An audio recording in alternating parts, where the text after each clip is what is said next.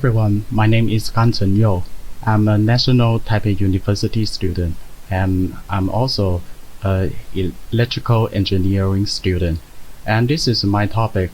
My topic is various physiological methods to identify sleep onset. And this is my outline. First of all, polysomnography, sleep onset, electroencephalography, electrocardiography, and electrooculography experiment, discussions, and last one is conclusion. Let's start with the PSG. PSG is a study of sleep by monitoring many physiological closely. The aim of the examination is to determine the presence of sleep disturbances. Polysomnography is a comprehensive and benchmark examination that allows the physiology of sleep to be studied. The aim is to assess the presence of sleep disorders and to quantify them. The exam is painless and risk-free. It takes place most of the time in the hospital but can, in some cases, take place at the home of the person who takes it. PSG can detect the presence of several types of sleep disorders: obstructive sleep apnea. For example, short breathing stops during sleep, restless legs syndrome, that is, involuntary movements of limbs. Narcolepsy, for example, severe drowsiness and sleep attacks during the day, excessive snoring, insomnia. PSG is most often done at night. The patient therefore arrives at the hospital the day before and is placed in a room provided for this purpose. Electrodes are placed on the scalp, face, chest, but also on the legs and arms to measure brain activity. Electroencephalography, muscle activity in the chin, arms, and legs. Electromyography, heart activity.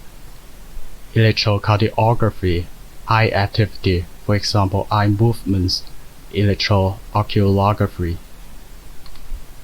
And next part is sleep onset. Here we define sleep onset as the transition from wakeful to sleep. For people who have difficulty in sleeping or have even become sick, it is very important to have a device to help sleep. In order to develop sleep as a reliable sleep onset identification method is essential. And this part is about the electroencephalography. EEG is a technique for recording brain waves. When multiple pyramidal cells are activated, electrodes are placed on the scalp to record the voltage fluctuation created by the ionic currents of the brain neurons, and what is recorded is the synchronous sum of the postsynaptic potentials. Some of the researchers use kinds of neural network to extract features and identify the stages of sleep. The alpha band is mainly found when people are awake, and when people enter sleep stage 1, theta wave will become the main band. Another way is entropy. which is defined as irregularity of EEG wave pattern. The irregularity measures the brain activities with a kind of correlations. The higher the uncertainty, irregularity, the higher the value of entropy. In previous studies, researchers found that the EEG frequency of people declined after they entering sleep. The wave pattern is gradually decreased. And this part is about electrocardiography. ECG is a type of electrophysiological activity that uses electrodes to contact the skin of a body and records the heart's electrophysiological activity in the units of time. ECG. Under normal circumstances, the heart rate of person entering sleep will be slower than usual. One the other commonly parameter is heart rhythm reliability (HRV), which is defined as the change in the time interval between two consecutive heartbeats. This lower HRV parameter, the more regular heartbeats, which can be used as a basis for the onset of sleep.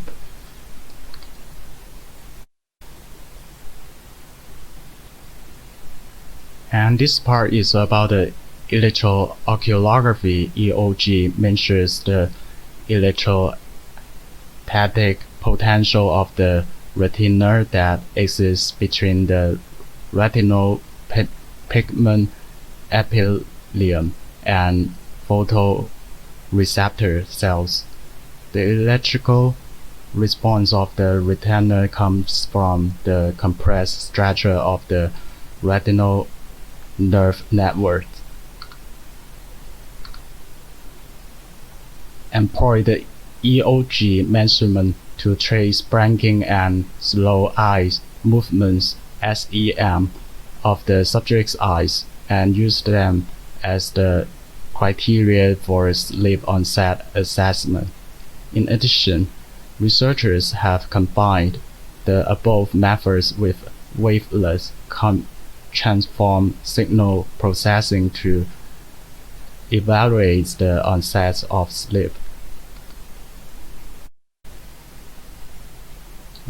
This part is about the experiment.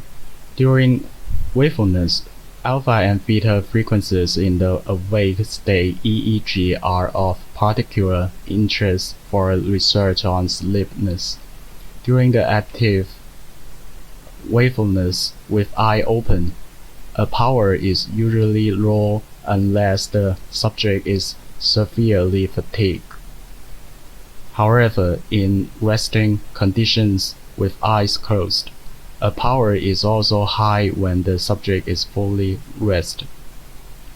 During the microsleep, the inferential peak was moved to lower frequencies in the delta band, while several features can be derived from EEG signals for sleep staging. Some have little connection with sleep onset, others are redundant.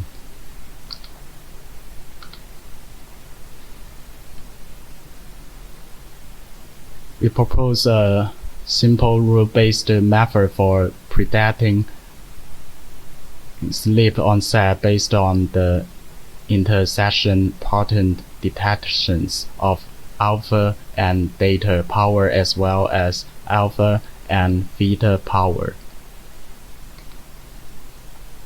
The following table shows the comparison results of 50 healthy subjects by experts and based on cross-checking. It can be found that all the errors are less than 2 minutes and all the all are slightly earlier than the experts. And this part is discussions. At present, the main equipment for measuring physiological signals in the hospital is polysomnography (PSG), which is a widely equipment for patients for an undergoing multiple channels physical examination of sleep. Beside the EEG, ECG, EOG measurements, there are more other physiological signals can be obtained from PSG, since the exceptional signals are not the focused concern of this sleep onset study. They can be ignored from the paper. All physiological detection devices need to be placed or even invasive to the patient's body to avoid noisy disturbance and make the collection signals better. Close to the real situation, the way of staking or intruding will increase the user's discomfort to some extent, which is contrary to the original intention of developing the sleep aid device. And this is my last part conclusion. This presentation discusses the methods of sleep onset detection with the three common physiological signals of ECG, EEG, and EOG, then used one of these methods to experiment. Although there are still some other physiological signals suggested by the researchers, but the straightforward potential makes most of the developments inclined to the adoption of ECG, EEG, and EOG resources. According to the survey, all three physiological signals are agreed in the use to study sleep disorders well. And this is all my sharing. Thank you so much.